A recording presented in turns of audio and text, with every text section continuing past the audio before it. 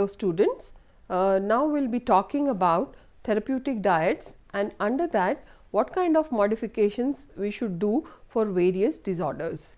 So now I am going to start with the dietary modification in diarrhea. So first of all, let me define what is diarrhea for you. It is the passage of stools with increased frequency, fluidity or volume compared to the usual for a given individual. Diarrhea is one of the most common symptoms of a digestive problem. It is a response of the bowel to infection, drugs, food or disease. These factors can lead to the passage of unformed stools. Acute diarrhea is the chief cause of morbidity and mortality in young children all over the world, more so in the developing countries. According to UNICEF, diarrhea causes 9% of all deaths worldwide among children under the age of 5. Now, this is usually due to the resulting dehydration, and death usually occurs in less economically developed countries where droughts are more common and clean water is limited. There are many possible causes of diarrhea. Now, sometimes it can be difficult to determine what is the exact cause of diarrhea. The most common causes include bacterial or viral infections. It can be due to a side effect of medication such as radiation, chemotherapy or antibiotics, food intolerances like lactose intolerance, spoiled food or contaminated water, or a person who uses too much of laxatives due to constipation, surgery in which part of the bowel or stomach is removed, and mental health factors. For example, stress also can cause diarrhea in some people. Some people will experience loose stools more frequently than many other individuals. Persistent diarrhea could be the result of a range of bowel disease conditions which can include, now these are the chronic ones: irritable bowel syndrome, Crohn's disease, celiac disease and bowel cancer. Diarrhea may also be a side effect to an allergy or any medication you are taking, such as antibiotics or laxative.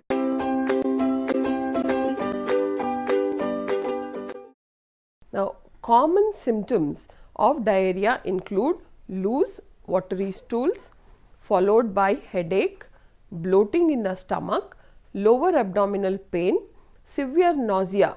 All the time the person feels that he is ready to vomit, loss of appetite, weight loss, and all the above symptoms lead to weight loss when the diarrhea is chronic. We divide diarrhea into different types. 3 different syndromes of diarrhea have been defined, each reflecting a different pathogenesis, that is cause, and requiring different approaches to treatment. First and the foremost is acute watery diarrhea.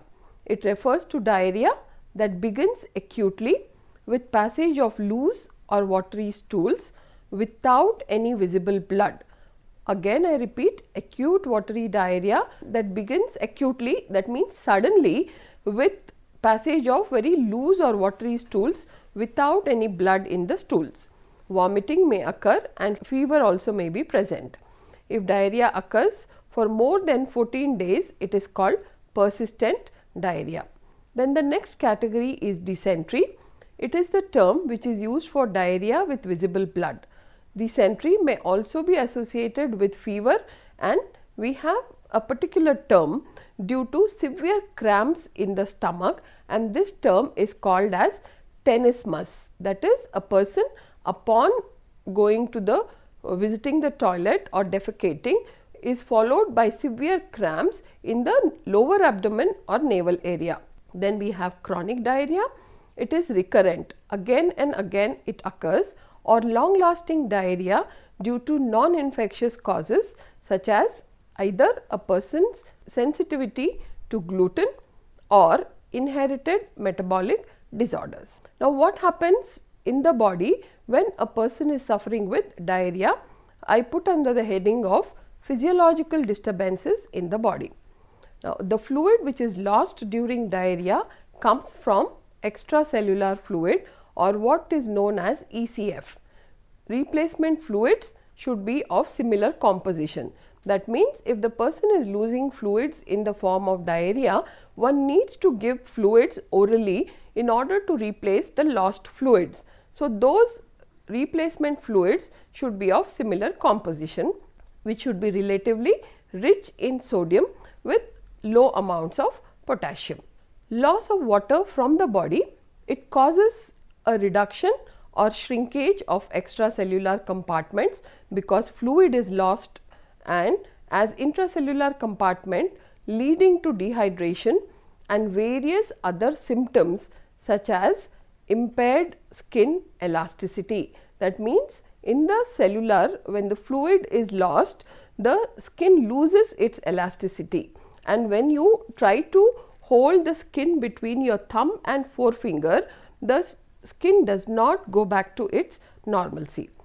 Then we have weak and thready pulse. That means the pulse rate is extremely low and very weak. Sometimes we will not be able to feel it so clearly. Low blood pressure, there is a fall in the BP, a fall in the frequency and volume of urine. All these are symptoms due to loss of body fluids, followed by cold extremities, both hands and feet of the person suffering with severe diarrhea. They become cold when somebody else touches them, and the breathing becomes very rapid and deep. The person breathes very deeply, has difficulty in breathing. This is how what we call the symptoms of dehydration are very clearly seen in a person with severe loss of fluid due to diarrhea.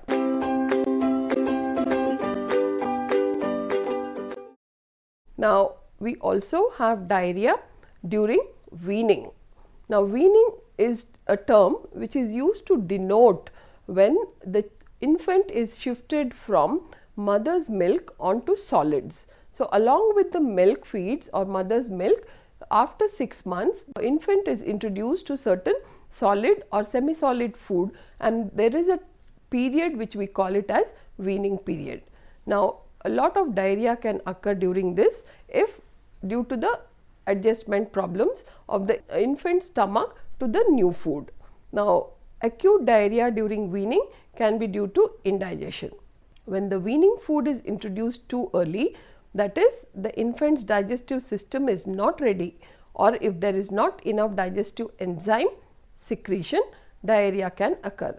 Therefore, nowadays pay attention to the fact that WHO has prescribed exclusive breastfeeding for the first 6 months of life of an infant, and this 6 months allows for the complete development of the digestive system with respect to the increasing the ability of the infant's stomach to digesting other solid food once this 6 months is over and solid food is introduced.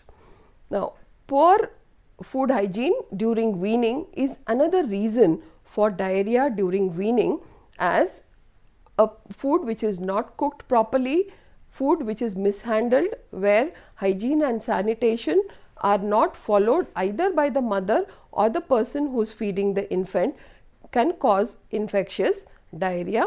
A child can also develop food allergies, and food intolerances can also lead to diarrhea, because unless once a new food is introduced, one should watch for 2 to 3 days to see whether the child develops any diarrhea, which is an indication possibility of allergies due to that particular food, especially foods like wheat or any wheat based product or white of an egg. These are one of the two common, most common kind of foods which can cause allergy during weaning.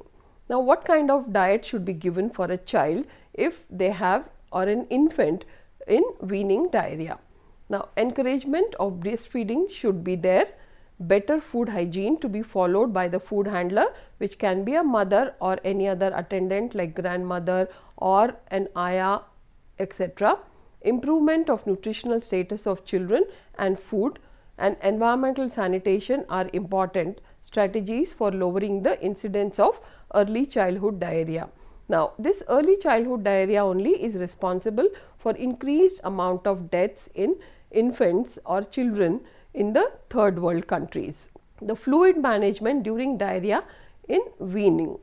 Now, the key to effective fluid management in childhood diarrhea is early replacement of fluid losses, because once the child loses a lot of fluids, it is very difficult to control the complications. Therefore, early replacement of fluid which is lost from the body is very important. It starts with the first sign of liquid stool. If the mother or attendant notices that the infant is passing stools which are more liquid or fluid in consistency than the normal stool of an infant, immediately they should start feeding fluids to the child. Plenty of fluid should be given to the child early in the illness to prevent dehydration. As long as renal function is maintained, profound electrolyte and pH disturbances do not occur. Initial management with any fluid available. The child is offered fluids which can be as much quantity the child can take orally without vomiting. So, it can be fluids such as coconut water, rice kanji with salt, thin buttermilk, lemon sugar and salt beverage, that is nicely boiled water with lemon sugar and a pinch of salt mixed together can be fed to the child, and it may be given in unlimited quantity either with a spoon very frequently or in small drips from a tumbler or a glass. In mild cases of diarrhea and vomiting, these are controlled within a short period and dehydration does not develop only when the child's lost fluids are replaced by whatever I have given you earlier.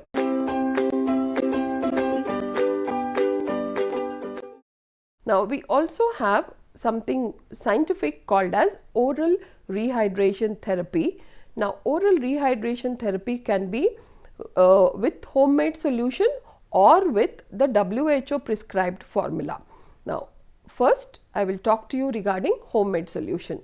For 1 glass of boiled and cooled water, 1 pinch of salt and 1 teaspoon of sugar can be added to prepare what we call ORS, oral rehydration solution at home. Now, oral rehydration salt solution of the formula prescribed by the WHO. If the diarrhea is prolonged and dehydration becomes evident, it is desirable to rehydrate the child orally by administering a solution with the composition given by WHO. This is administered with a spoon or in small sips. In this formula, usually a 1-year-old infant needs about 1000 ml or 1 liter of ORS in 24 hours during diarrhea. Now, in the WHO prescribed, the sachets are available. This can be brought home and mixed with 1 liter of boiled and cooled water.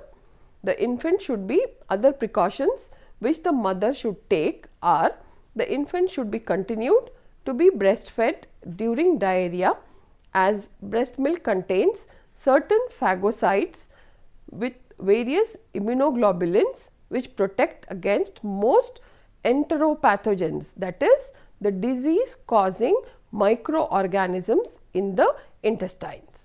Thus, breast milk helps the infant to recover from an attack of diarrhea in terms of nutrients it supplies, its rehydrating effect, and helps to prevent further infection due to its protective properties. So, understand that mother should continue to breastfeed the infant because it has multiple benefits during diarrhea. The bowel should not be rested during episodes of diarrhea.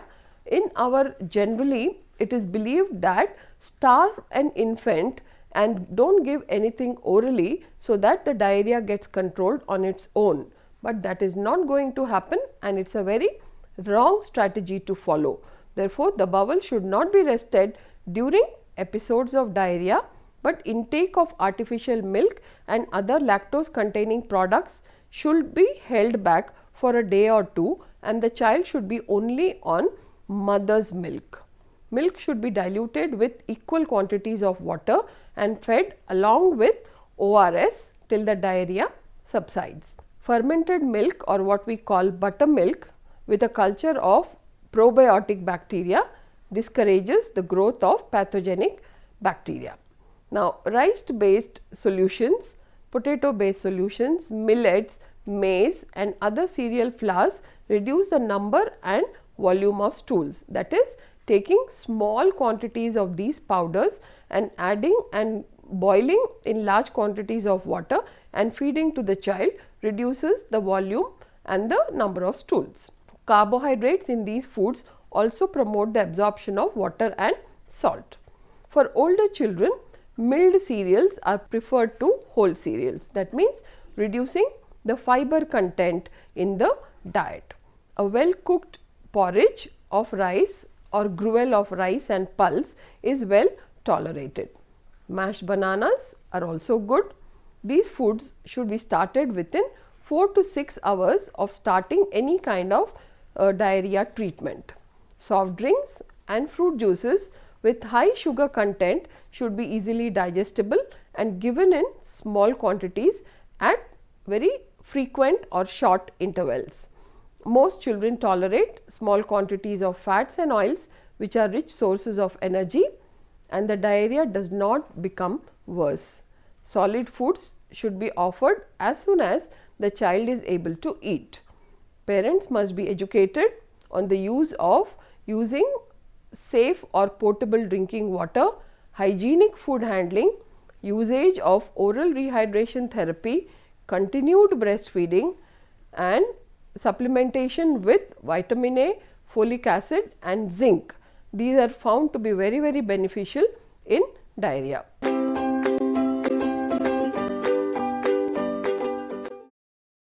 Now, we shall go to diarrhea management in adults.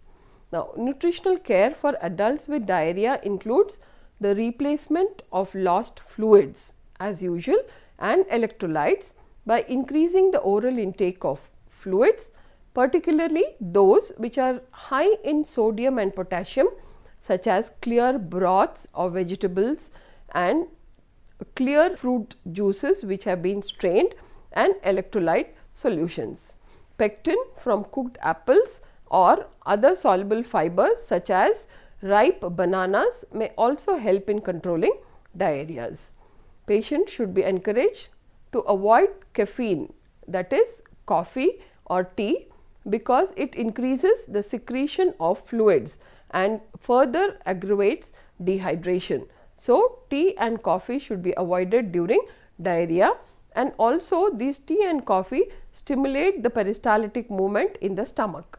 When the diarrhea stops, starchy foods like rice, sago, potato and plain cereals can be given, followed by protein foods. So, initially after the controlling of diarrhea, immediately protein foods should not be added to the diet, but mostly simple carbohydrate based foods should be given.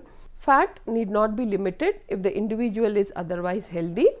Sugar, alcohols, lactose, fructose and large amounts of sucrose may worsen the diarrhea and need to be limited. This is very important. That is, do not add any sugar, lactose, any form of sweetener to the food or buttermilk etc., because they aggravate diarrhea. In chronic diarrhea, fluid should be replaced parenterally and enterally. That is, a person should be given oral fluids, as well as if needed one can introduce what we call the intramuscular fluids, which are called as parenterally, that is isotonic solution of salt and sugar. The loss of iron from intestinal bleeding in case of dysentery may be severe enough to cause anemia. The nutritional deficiencies cause what we call malabsorption. As the diarrhea begins to resolve, the addition of more normal amounts of fiber very slowly to the diet may help to restore normal mucosal function, increasing water and electrolyte absorption, and this also increases the viscosity of the stools. That is, very slowly, as the diarrhea is improving, slowly certain amounts of soft fiber can be included so that the normalcy returns back to the GI tract. Barley, banana, curd, rice and potatoes may lessen diarrhea, whereas caffeine containing beverages, as I said, tea, coffee or coke etc. should be avoided. Fried foods and foods rich in fiber, they will worsen the diarrhea. So, during the period or episodes of diarrhea, these foods should be avoided. Now, one recent trend is the role of probiotics in the prevention or reducing the lessening of diarrhea symptoms. Now, probiotics which are found naturally in all fermented milk products such as curd, buttermilk and yogurt, and have shown to be beneficial for various types of diarrhea including chemotherapy, radiation induced diarrhea also. One must avoid raw fruits and vegetables, especially with skins and seed. So, raw whole fruits and vegetable salads should be avoided. Whole grain breads such as and cereals like roti, chapati, pulka made with all kinds of cereals and millets should be avoided. Brown rice, wild rice, nuts, seeds, popcorn, beans, various kind of lentils or dals, peas and corn also should be avoided. One must avoid fatty and greasy foods, fried foods, pizza and gravies also. Salad dressings such as those which are based with vinegar or even mayonnaise etc. or rich desserts should also be avoided, such as pastries, donuts, potato chips, which will aggravate diarrhea in some individuals. Caffeine can speed up how quickly food moves through the body. As I told you earlier that caffeine, tea, coffee affects the peristaltic movement of the GI tract. Avoid large amounts of regular coffee, tea, colas and other caffeinated beverages. Some people have lactose intolerance which can sometimes cause diarrhea. Now, lactose is a sugar that is found in milk and milk products. If it is suspected that a person has lactose intolerance, then one should try avoiding milk and milk products for a short period of time like week to 10 days to see if this helps. If the diarrhea improves, then one must talk to the dietitian or doctor and possibility that one may have lactose intolerance. Now, there are certain other tips which I would like to give you students, such as one should, when somebody has diarrhea, one should start eating small and frequent meals. Don't eat large meals like a normal breakfast, lunch or dinner, but more importantly small quantities at frequent intervals with small snacks in between which are easy to digest and which do not aggravate your diarrhea. Limit physical activity directly after meals. So, take some physical rest after meals. Make sure you drink enough fluids in a day to replace the lost fluids, that is enough amount of volume of water 1 to 1.5 liters minimum. Try drinking fluids at room temperature. Do not drink it too hot or too cold. If the diarrhea is severe, one may need to limit one's diet to only clear fluids, which we have already dealt with. Clear fluids include juices without pulp, clear gelatin desserts, broth, clear fruit juices, etc. So, these are some of the tips that are for persons suffering with diarrhea. But let me sum it up that today we have dealt with a lesson diarrhea and the dietary restrictions both for infants, early childhood diarrhea as well as for adults, and I hope it has been very clear to you what is diarrhea and what happens, what are the changes, what are its symptoms and the type of food that one must give and what are the foods to be avoided.